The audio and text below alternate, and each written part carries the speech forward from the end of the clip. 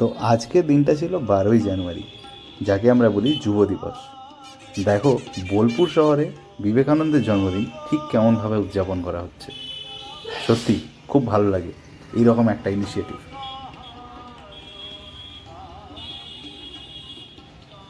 আবার আরেকটা নতুন এপিসোডে তোমাদেরকে স্বাগত জানাই।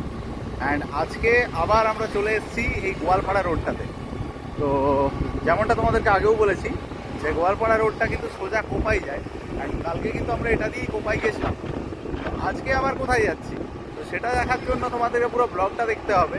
অ্যান্ড আজকে আমাদের বিশ্বভারতীর এক্সাম ডিপার্টমেন্টের পিকনিক রয়েছে, তো সেটা হচ্ছে একদম সামনেই। আপাতত বেরিয়ে পড়েছি, তো চলো সোজা পিকনিক স্পটে গিয়ে দেখা হচ্ছে।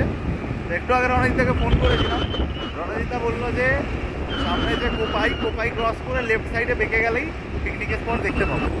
এইখানে হচ্ছে টোটাল পিকনিকটা আমাদের এক্সাম ডিপার্টমেন্টের।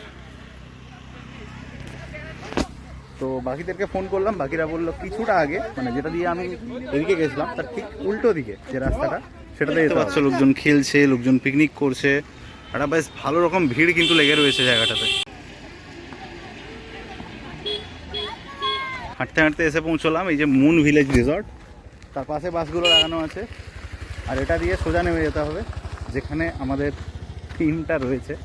বেসিক্যালি ওখানে একটা টিম, এখানে একটা টিম। দেখা করে আসি। হাঁটছি বেশ একটা সুন্দর রাস্তার মাঝখান দিয়ে। আর এই জায়গায় আপাতত কোনো ডিজের সাউন্ড আসছে না কেন জানো? তার কারণ হচ্ছে ডিজেটা এখানে ব্যান করা হয়েছে। বেশ কিছুদিন আগেই শান্তিনিকেতনে একটা বড় সড়ো সেই যে ডিজের পুরো সেট আপ হয় সেরকম দুটো মানে সিস্টেমকে পুলিশ এখানে আটকেছে এবং লোকজনকে গ্রেপ্তার করেছে। কারণ এখানে এখন যে ডিজে সেটা কিন্তু বাজানো নিষিদ্ধ করে দিয়েছে। আমাদের সপ্ত পাণ্ডব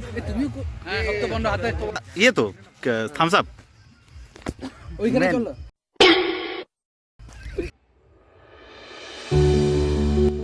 এভাবেই হাসি মজায় আড্ডায় 1-2 ঘন্টা কাটিয়ে ভাবলাম যাই একবার পিকনিকের দিকটাও দেখে আসি।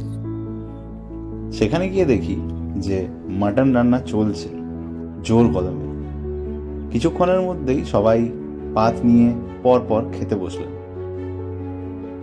সবাই পরিবেশনের দিকে মনোযোগ দিল।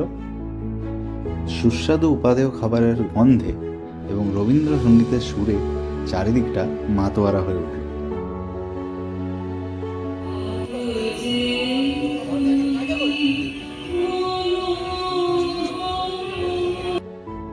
দৈনন্দিন কাজের মাঝে আমরা এটাই ভাবি যে কখন একটু ছুটি পাবো, কিন্তু পিকনিকে সবাই মিলে যখন একসাথে রান্না করে খাওয়া দাওয়া হয় সেটার মজা কিন্তু সত্যিই আলাদা।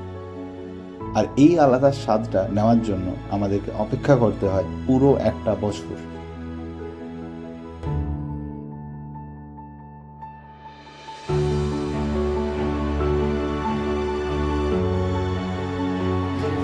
এই যে বোলপুর টকিজ ব্লগ আজ সকালে দেখছিলাম। হ্যাঁ, ছেলে আমাদের ফেমাস লাদাখ করে এসছে অলরেডি। আর কিসে করেছে সেটাও দেখিয়ে দিই। এটা হচ্ছে ওই গাড়িটা এক্সপালস। এর লিঙ্ক আমি দিয়ে দেবো চ্যানেলের, আমাদের এই ভিডিওর লিঙ্কে দিয়ে দেবো। এর পুরো লাদাখ সিরিজটাই আসছে, অলরেডি 5খানা ভিডিও চলে এসছে, তো সেটাকে চেক আউট করো। ভালো করছে।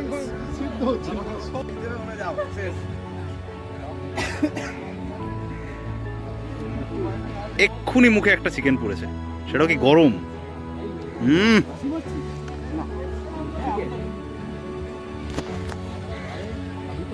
কি হয়েছে ভাই হাতে? কি হয়েছে মনে না হাতের?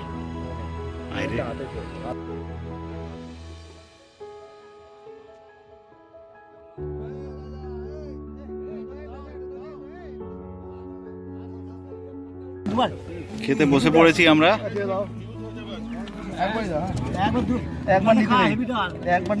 এই ভাত ডাল দেওয়া চলছে।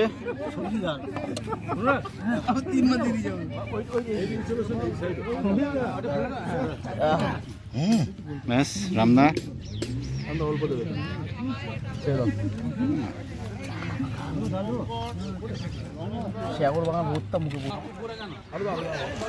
রাজ, রাহুল, তারপরে শান্তনু, তারপরে অনুরাগ, পেছন দিকে একটা ব্যাচ।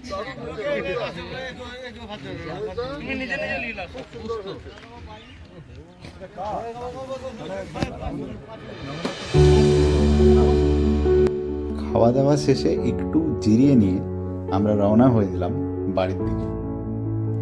তো এখন ঘড়িতে বাজছে 4:15 আর এই আমি ঢুকলাম বাড়ি। তো মোটামুটি আজকের ব্লগটা এখানেই শেষ করছি। যদি ভিডিওটা ভালো লেগে থাকে অবশ্যই লাইক করে সাবস্ক্রাইব করে সব কিছু করে দেবেন। দেখা হচ্ছে পরের ব্লগে। টাটা।